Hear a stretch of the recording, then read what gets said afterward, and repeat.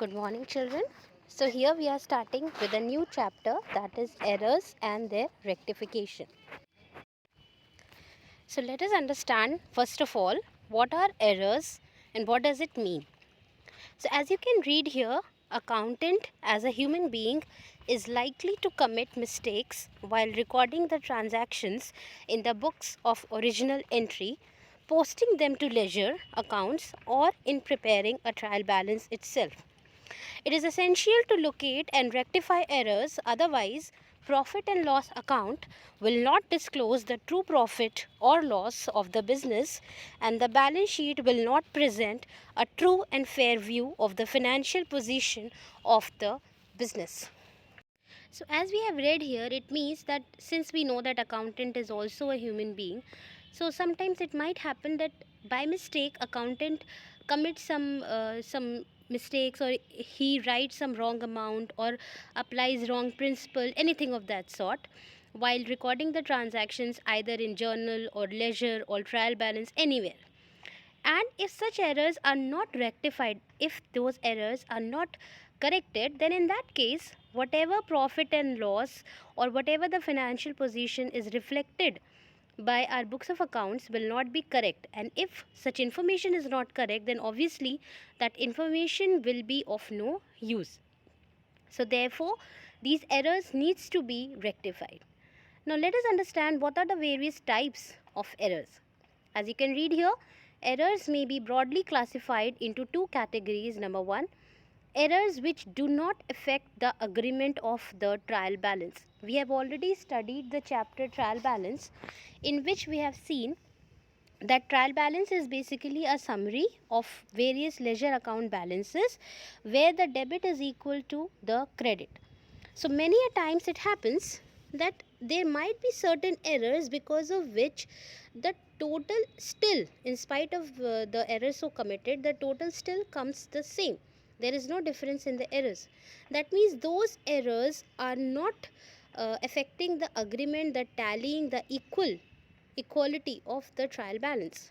And some errors, as you can see, the second type of errors which affects the agreement of the trial balance. That means there might be some errors which do not affect the totaling of the trial balance, whereas there might be some errors which affects the totaling of trial balance, where the debit might not be equal to the credit. So these are the two broad classification of errors. Now let us understand errors which do not affect the agreement of trial balance. That means even if such mistakes or such errors are committed, still the debit and credit will be equal. But so what? If the errors are committed, then too it has to be rectified. Main object of preparing a trial balance is to check the accuracy of accounts, that we have already studied while doing the chapter trial balance.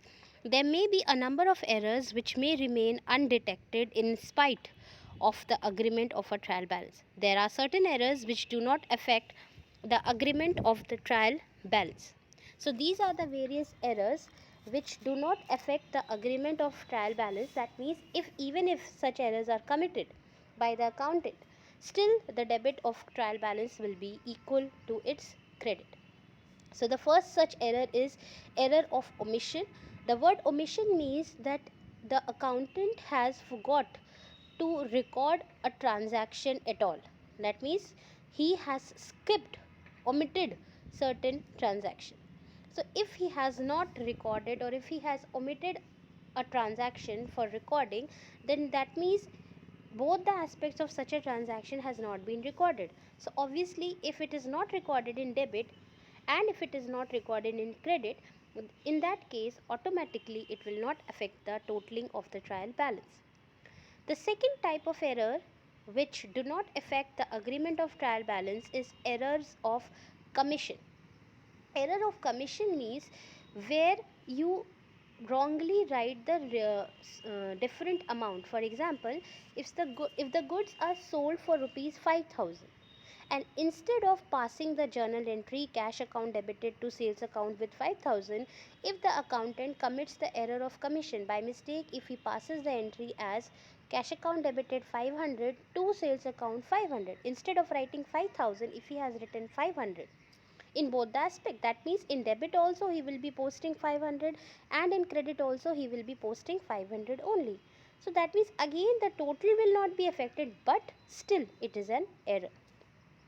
The third type of error which do not affect the trial balance totaling is compensating errors. That means an error committed in one aspect or in one transaction compensates the error committed or hides the error committed in some other transaction. For example, if the value of asset to be shown is 5000 and that of your expenses is to be shown as 10,000.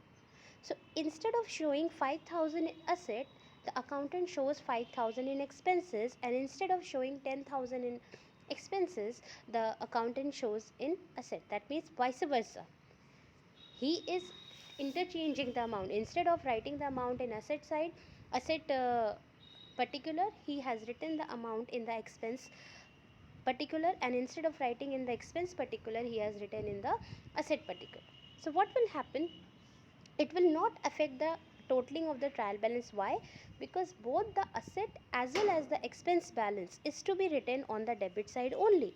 So therefore ultimately both the amounts will be coming in the total of debit side only. It will not affect the totaling of the trial balance, but it is an error because it is a compensating error, because the error which is committed in asset particular is compensated by the error committed in the expense. The next type of error which do not affect the agreement of the trial balance is the error of principle. We have learnt the golden rules of accounting, where we have learned personal account, debit the receiver, credit the giver. Then real account, debit what comes in, credit what goes out. Nominal account, debit all expenses and losses and credit all incomes and gains. So if such golden rules are defied, if such golden rules are not followed, then in that case such errors are known as errors of principle. For example, if an asset is purchased for cash, the entry for this will be asset account debited, because the asset being a real account it is coming in, to cash account because cash being a real account is going out. So if instead of passing this entry, if by mistake the entry is passed as cash account debited to asset account, then in that case it will be called as errors of principle. Then errors of posting in wrong account. It is somewhat just like which we were discussing for with the example of asset and expense. That means if in case of asset, if you have transferred or if you have passed or if you have recorded the amount of asset in expense and that of let's say debtors in asset, so this will be considered as errors of posting in wrong account. So these are the errors which do not affect the agreement of the trial balance. You may be asked in your exams to mention few of the errors which do not affect the agreement of the trial balance, and for such question the answer can be errors of omission, errors of commission, errors of principle, errors of posting in wrong account, compensating errors, etc.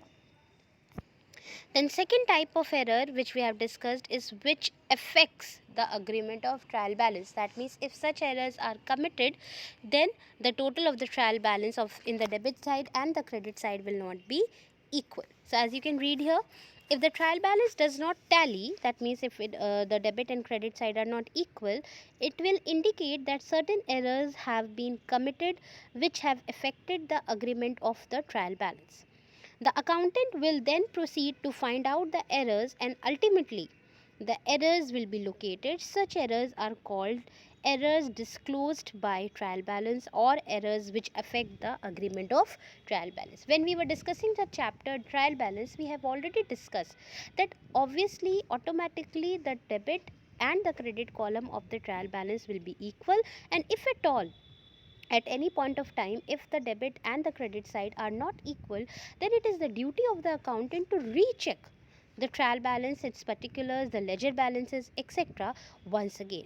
So the same thing is repeated here, that if the trial balance is not agreeing, if the total of the debit and the credit side is not equal, then in that case the accountant will find out, will cross check the trial balance and will find out the errors due to which such equal or such tallying is affected.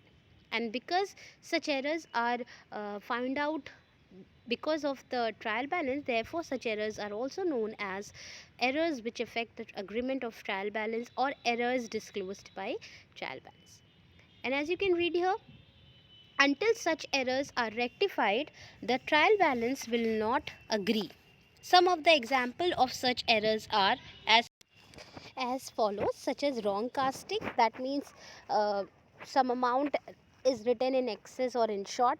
Then posting to the wrong side. That means instead of posting it to the debit side, you have posted the amount on the credit side and vice versa. Then posting of wrong amount. That means instead of posting 5,000, let's say if the accountant has posted 500, etc. Then omission of posting one side of an entry.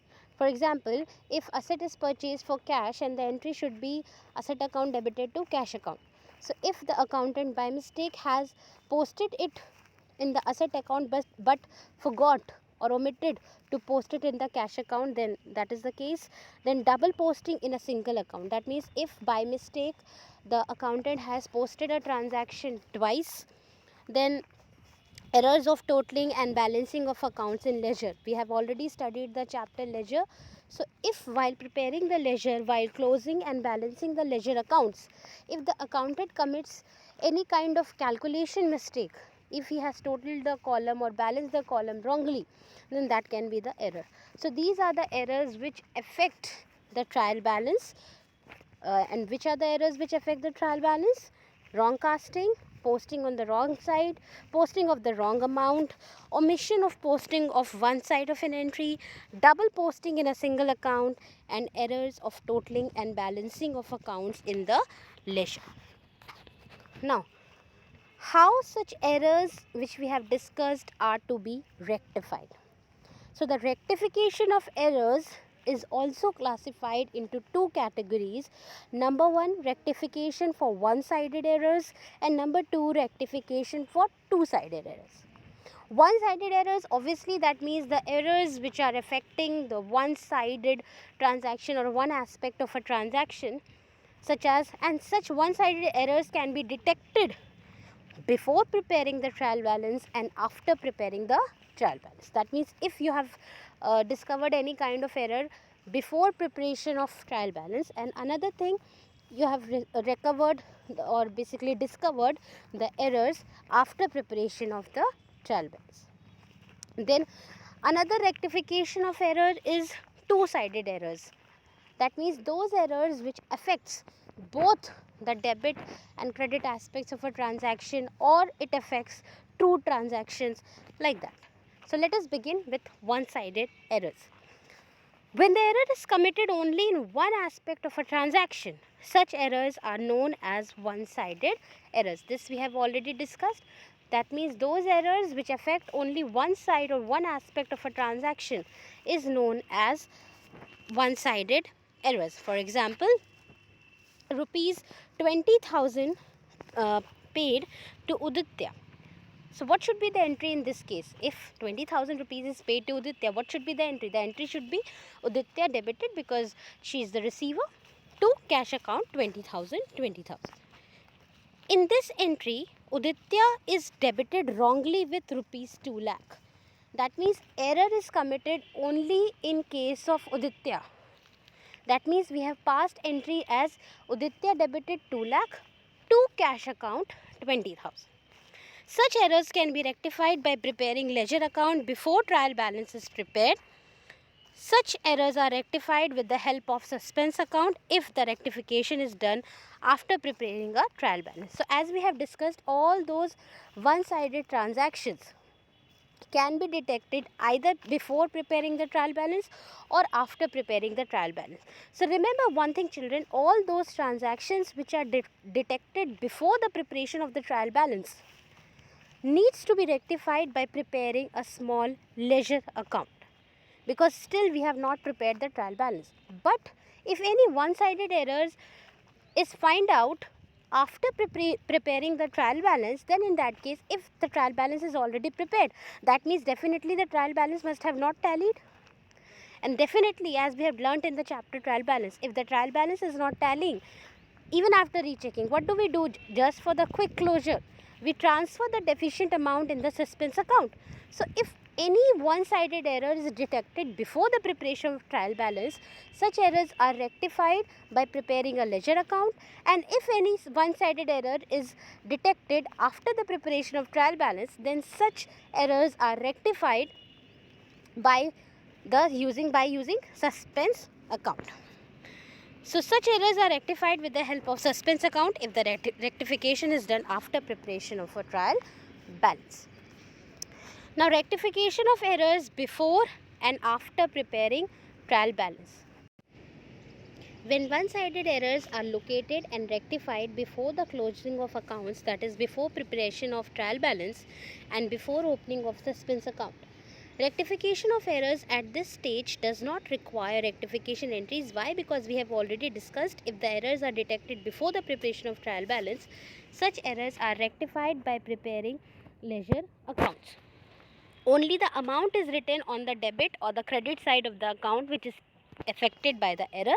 That means applying the rectification rules, we just post the amount on the debit or the credit side of the ledger account, which we will discuss the rules later on. For example, the total of the purchase book for the month of October is undercast. Undercast means we have shown less amount. Undercast or total less by rupees 1000.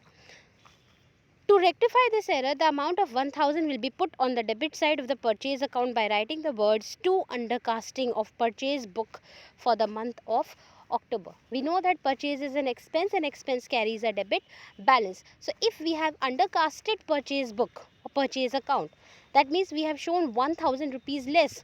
So, later on we will study the rule, we will learn the rule that if anything is debited less, then we need to debit it more.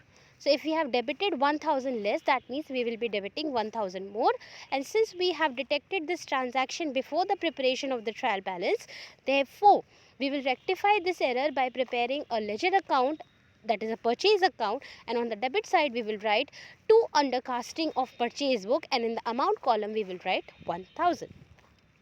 Then second one, when one-sided errors are located and rectified after the closing of accounts, that means after the preparation of trial balance, and if the trial balance is prepared and then if any errors are committed, that means the difference must have been transferred to the suspense account. So any such errors detected after the preparation of trial balance will be rectified by passing the journal entries using the suspense account.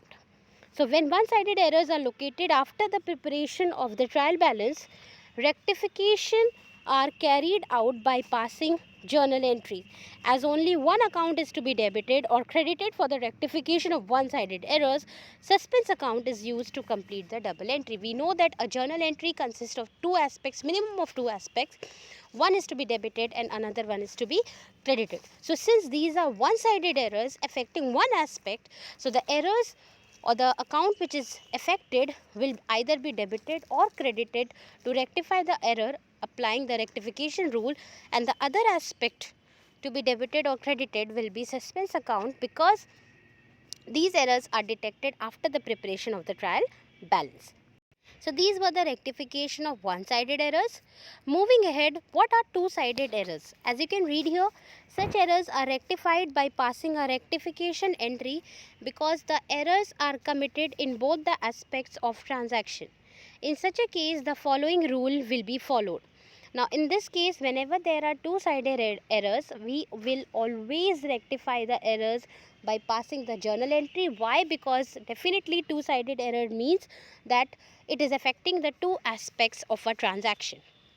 So, these are the rules which needs to be followed, and it will be applicable, helpful when you solve the one-sided errors also. Rule number 1, the amount or account which is wrongly debited should be credited. That means if there is any account or amount which you have debited wrongly instead of being credited, what you will do is you will credit it, opposite. So it will just counter check.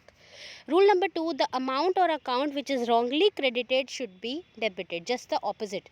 If you have wrongly debited any amount, it will be credited. If you have wrongly credited any amount, it will be debited. The third, the amount debited in excess should be credited with the excess amount. That means if you have debited any amount or any account with excess amount, then just to counter check, just to what you will do is you will credit it with the excess amount. Rule number 4, the amount credited in excess should be debited with the excess amount. That means if you have put in, or if you have credited more amount, excess amount in any account, what you will do, you will debit it again, the opposite balance. You will debit it with the excess amount. Now, rectification of errors depends upon the time of the detection and the type of error. It may be discussed as follows. It is just a summary of what we have discussed till now. Rectification of errors before the preparation of trial balance. If the rectification or if the errors are detected before the preparation of trial balance, then the errors will be rectified by preparing a ledger account. Second point, rectification of errors after the preparation of trial balance but before the preparation of final account. So if the errors are detected and rectified after the preparation of trial balance and before the preparation of final account, then in that case the errors will be rectified by passing the journal entries using suspense account. And third point, the last stage, rectification of errors after the preparation of final accounts or in the next accounting year. That means when the balance sheet, trading, PL, everything is prepared, and then if any error is found out, then such errors will be rectified using different account, that is profit and loss adjustment account. Now, what is suspense account? This we have already learned in the chapter trial balance, but still just for the revision's sake. When in spite of the best efforts, the trial balance does not tally, the difference is put to a newly opened account, that is suspense account, and the trial balance is thus made to tally. This is done to avoid the delay in the preparation of final accounts in case the debit side of the trial balance exceeds the credit side. The difference is put on the credit side of the trial balance. In this case, suspense account will show a credit balance. Likewise, if the credit side of the trial balance exceeds the debit side, the difference is put on the debit side of the trial balance. In this case, suspense account will show a debit balance.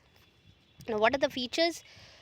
Features of a suspense account. A suspense account is opened when a trial balance does not tally. Obviously, the purpose of opening a suspense account is to make the trial balance tally. Second feature, its balance is put in the trial balance to make the trial balance agree artificially, because we know that there are errors and that's why only the trial balance is not tallying.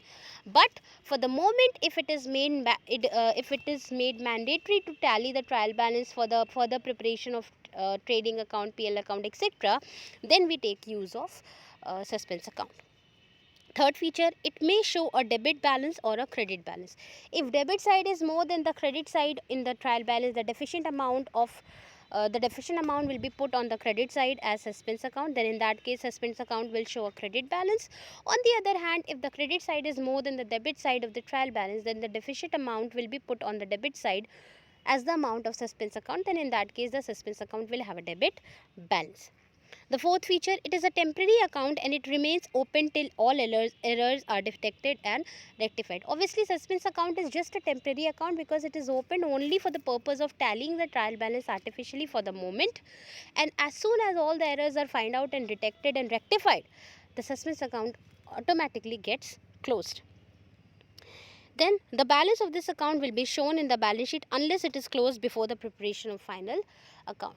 So the balance of suspense account will be shown in the balance sheet. If it is having a credit balance, it will be shown on the liability side. If it is having a debit balance, it will be shown on the asset side, unless and until it is closed before the preparation of the final accounts. If it is closed automatically before preparing the trading and PL account and balance sheet, then obviously it will not be shown in the balance sheet. Then objectives or utility of suspense account. What is the objective? What is the importance? What is the usefulness of suspense account? A suspense account is open to serve the following objectives. Number 1, to make the trial balance tally artificially. This we have already discussed. To facilitate the location and rectification of one-sided errors, obviously affecting the trial balance or not affecting the trial balance.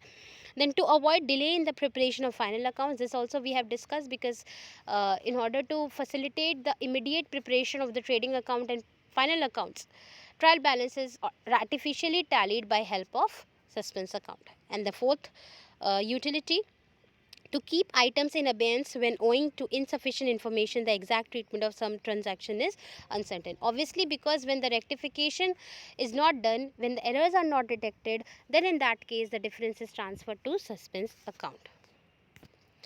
Then disposal of suspense account. How the suspense account, which is a temporary account, is disposed of or is closed. Suspense account is an imaginary account used as a temporary measure only for the purpose of reconciling or tallying a trial balance. Later, as and when the errors affecting the suspense account are located, rectification entries are passed with the help of suspense account. Thus, when all the errors are located and rectified, the suspense account will automatically stand closed. That is, it will not show any balance, but if suspense account still shows a balance, it will indicate that certain errors are still to be discovered and rectified. That means if in case suspense account has been opened, then it is due to some errors, and when the errors will be rectified, automatically the suspense account will be closed. And if at all still the suspense account is showing some kind of balance, then that means that reflects that still there are errors which needs to be detected and rectified. Then following points should be noted while passing rectification entries with the help of suspense account. Suspense account is used to rectify only and only one-sided errors. That is, only those transactions which affect the trial balance. Number 2, if the account which is to be rectified is debited in the rectifying entry, suspense account will be credited to complete the double entry. On the other hand, if the amount which is to be rectified is debited in the rectifying entry, suspense account will be credited to complete the double entry. This we have already discussed. Then rectification of errors after the preparation of final accounts or rectification of errors in the next accounting year. So in case of errors involving nominal account, now we are discussing the rectification of such errors which are detected after the preparation of final accounts or which are to be rectified in the next accounting year. Number 1, in case of errors involving nominal accounts, if there are errors in nominal accounts, and nominal account means expenses, losses, incomes and gains, the rectification is carried out by passing a journal entry through profit and loss adjustment account. That means instead whatever account is having error, suppose if in order to rectify, if any expense account is to be debited, then to complete the double entry, the other aspect which is to be credited will be profit and loss adjustment account and not suspense account, because it is detected after the preparation of trial balance, after the preparation of final accounts. Another concerned account affected by the error. All nominal accounts in the rectifying entries are substituted by profit and loss adjustment account, as the nominal accounts are closed by transferring them to trading and profit and loss account. In the rectifying entry, if a nominal account is to be debited, then instead of nominal account, profit and loss adjustment account is to be debited. Similarly, profit and loss adjustment account is credited instead of nominal account. That means that we have already discussed. Now when the entries will be rectified, so instead of writing the name of the expense or income or gain or loss, instead of writing the name of such expenses, nominal accounts basically, we'll be writing the name profit and loss adjustment account. Why? Because now these errors are detected and rectified after the preparation of final accounts, and we know final accounts is prepared after closing all the accounts, and we have learnt in the chapter ledger that all the nominal accounts are closed by transferring them to the profit and loss account. In case of errors involving personal and real accounts, that means human beings, institutions, organizations, asset, etc., the rectification is carried out by passing a journal entry through two or more concerned accounts affected by the error without involving profit and loss adjustment account, because this is exclusively for nominal accounts. After the rectification of all errors of last year, the balance of profit and loss adjustment account is transferred to capital account, being the net profit or net loss due to rectification of errors of last year.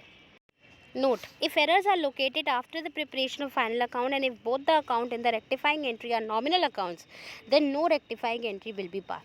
That means all the personal and real account in a nutshell will be rectified, just like we were rectifying the two-sided errors, and all the nominal accounts detected after the preparation of final accounts need to be rectified.